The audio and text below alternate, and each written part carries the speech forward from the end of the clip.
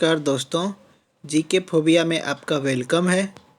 मैं आपका दोस्त नीरज तहे दिल से आपका स्वागत करता हूं। हम इस वीडियो के माध्यम से बौद्ध धर्म के सभी इम्पोर्टेंट फैक्ट्स को जानने की कोशिश करेंगे जो अक्सर एग्ज़ाम में इनके ऊपर क्वेश्चन पूछे जाते हैं। तो आइए हम बारी बारी से हम एक एक फैक्ट को जानते हैं और समझते हैं। बौद्ध धर्म के संस्थापक गौतम बुद्ध थे और उन्हें एशिया का ज्योतिपुंज भी कहा जाता है। तो जो आपके बौद्ध धर्म के संस्थापक थे गौतम बुद्ध थे और उन्हें एशिया का ज्योतिपुंज भी कहा जाता था। बचपन का नाम उनका सिद्धार्थ था। इनका जन्म 563 ईसा पूर्व में कपिलवस्तु के लुम्बिनी नामक स्थान पे हुआ था। तो इनका जन्म कहाँ हुआ था? लुम्बिनी में हुआ था। और इनके पिता का नाम सुधोधन था जो शाक्य गण के मुखिया थे और उनके माता का नाम माया देवी या महामाया था। जो उनकी माता महामाया थी वह गौतम बुद्ध के जन्म के 7 दिन बाद उनकी मृत्यु हो गई थी। उनके जन्म के 7 दिन बाद मृत्यु हो गई थी। तो उनका लालन पालन उनकी सौतेली माँ या उनकी मौसी प्रजापति गौतमी ने किया था। और जो प्रजापति गौतमी ही थी जिन्होंने सर्वप्रथम बौद्ध धर्म को अपनाया था। 16 वर्ष की अवस्था में सिद्धार्थ का विवाह यशोधरा नामक लड़की से हुआ और इन दोनों से एक पुत्र का जन्म हुआ जिसका नाम राहुल था। और जो सिद्धार्थ का घोड़े का जो नाम था वह था कंतक था। और जो उनके सारथी थे वह थे आपके चन्ना। अब आइए तो एक कुछ प्रतीक हैं जो बौद्ध धर्म में हैं उनके बारे में हम पढ़ते हैं। तो जो प्रतीक हैं, पहला जन्म का जो प्रतीक है वह है कमल और सांड। गृह त्याग का जो प्रतीक है घोड़ा है। ज्ञान का जो प्रतीक है पीपल और निर्वाण का प्रतीक है पद चिन्ह। मृत्यु का प्रतीक है स्तूप। सिद्धार्थ जब कपिल वस्तु की सैर पर निकले तो उन्हें 4 दृश्यों को देखा। बूढ़ा व्यक्ति, एक बीमार व्यक्ति, शव और एक सन्यासी। इन चारों लोगों को देखकर उनका जो ध्यान था वो विचलित हुआ।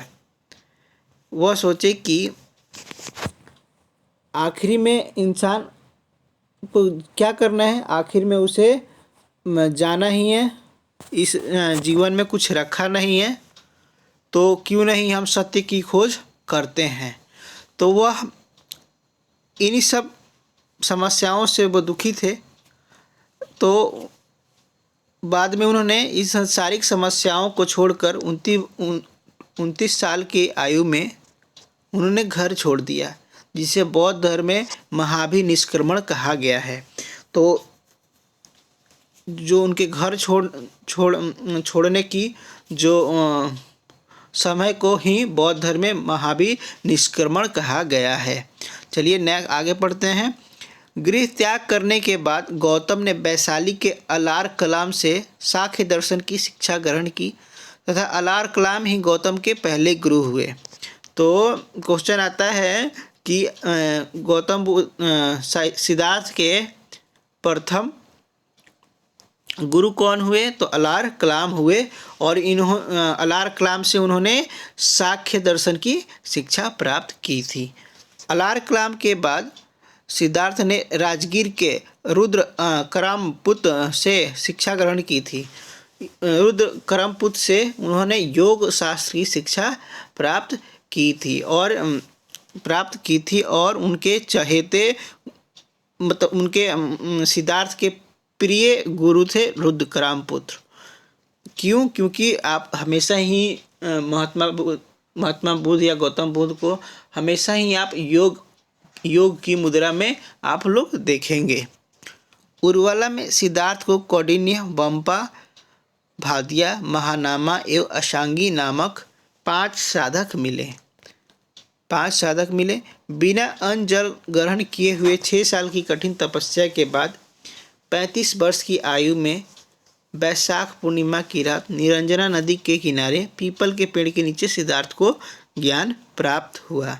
तो यहाँ से आपके क्वेश्चन पूछा जाता है कि गौतम बुद्ध को किस नदी के किनारे ज्ञान प्राप्त हुआ, तो उसका आंसर होता है निरंजना नदी के किनारे। ज्ञान प्राप्ति के बाद सिद्धार्थ बुद्ध के नाम से जाने गए और वह स्थान बोध गया कहलाया।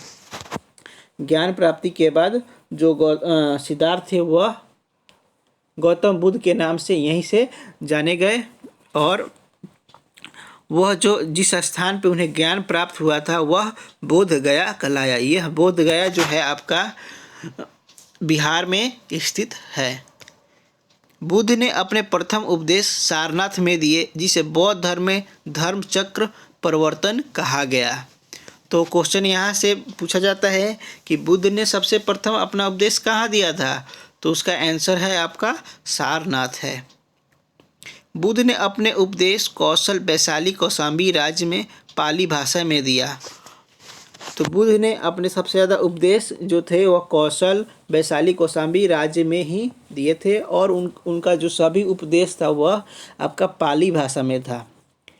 बुद्ध ने अपने सर्वाधिक उपदेश कौशल देश की राजधानी श्रावस्ती में दिए और यहीं कौशल देश की राजधानी श्रावस्ती जाते समय ही उन्हें अंगुलीमाल नामक डाकू से उनकी मुलाकात हुई थी और वहीं पे उनके द्वारा उपदेश दिए जाने के बाद अंगुलीमाल डाकू जो था वह बौद्ध धर्म को अपना लिया था। इनके प्रमुख अनुयायी शासक थे बिंबिसार, प्रसेनजीत, उदयन। बुद्ध के मृत्यु 80 वर्ष की उम्र में 483 ईसा पूर्व में कुशीनारा में चुंद द्वारा अर्पित भोजन करने से हो गए, जिसे बौद्ध धर्म में महापरिनिर्वाण कहा गया है।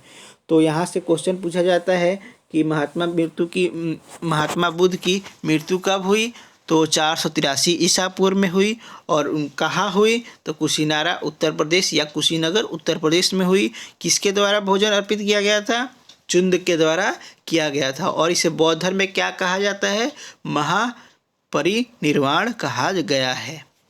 मल्लों ने बेहद सम्मान पूर्वक बुद्ध की अंत्योष्टि संस्कार किए। एक अनुश्रुति के अनुसार मृत्यु के बाद बुद्ध के शरीर के अवशेषों को 8 भागों में बांटकर उन पर 8 स्तूपों का निर्माण कराया गया। मतलब किसी एक अनुश्रुति के अनुसार जो उनके मृत्यु के बाद उनकी जो शरीर थी उसको 8 भागों में बांटा गया और 8 भागों में बांटा गया और उन पर 8 स्तूपों का निर्माण कराया गया। बुद्ध के जन्म एवं मृत्यु की तिथि